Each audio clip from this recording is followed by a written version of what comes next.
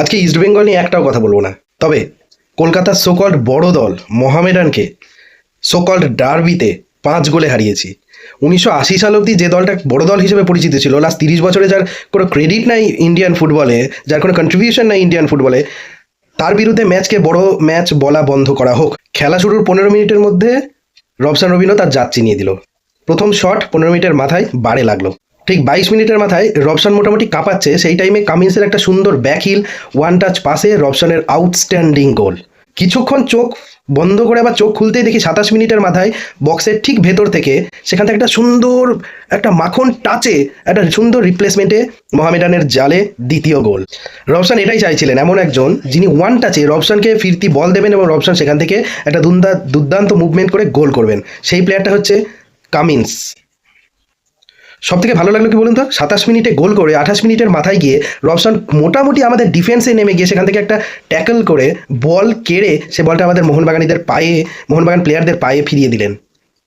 কজন স্ট্রাইকার করে এটা, কজন উইঙ্গার করে এটা? এরপর একটা বাজে ঘটনা ঘটলো। হ্যামস্ট্রিংয়ে চোট নিয়ে রবসান রবিনো দুর্দান্ত খেলছিলেন, তিনি মাঠ থেকে বেরিয়ে গেলেন, কিন্তু তারপরে তার জায়গাতে লেফট উইঙ্গার হিসেবে ঢুকলেন দিমিত্রি পেট্রাটোস। এরপরে সেকেন্ড হাফে মোটামুটি 60 মিনিটের মাথায় আবার জেসন কামিন্স, যিনি দুর্দান্ত খেলছিলেন, তাকে তুলে নিলেন আমাদের কোচ এবং লোবেরা, এবং তিনি সেই জায়গাতে নামিয়ে দিলেন লিস্টন কোলাসো তার পুরনো জায়গা লেফট উইংয়ে ঢুকে গেলেন এবং দিমিত্রি পেট্রাটোস মিডফিল্ডে চলে আসলেন, অ্যাটাকিং মিডফিল্ডারের ভূমিকা, যেখানে কামিন্স খেলছিলেন।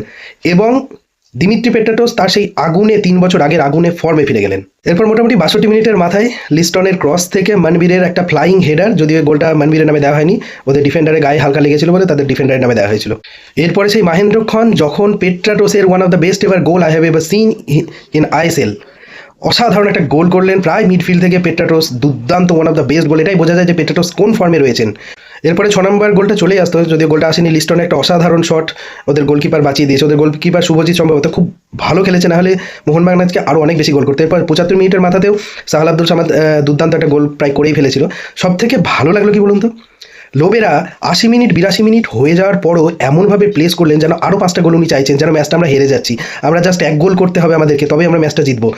যেখানে মলিনা হলে বা হাবাস হলে বা অন্য কোনো কোচ হলে তারা 80 মিনিটের পরে প্লেয়ারদেরকে বলতো, 80 মিনিট কেন, 60 মিনিটের পরই হয়তো মলিনা থাকলে তো 60 মিনিটের পরই বলতেন তোমরা বসে যাও বাবা, আর গোল করতে হবে না, প্রচুর গোল করে ফেলেছিল। ঠিক এইখানেই লোবেরাকে আমি ভালোবেসে ফেলেছি। ঠিক এইখানে লোবেরা বাকিদের থেকে অনেক উন্নত মানের কোচ বলে আমি মনে করি। লাস্টে কয়েকটা কথা, সাহাল দাদা তোমাকে পুরনো হেয়ারস্টাইলে ভালো লাগে, ইস্টবেঙ্গল তোমাকে লিগের 8 বা 9 নম্বরে ভালো লাগে, মোহামেডান তোমাদেরকে কলকাতা লিগে ভালো লাগে, ব্যাস, এর বাইরে আজকে আর কিছু বলার নেই। জয় মোহনবাগান।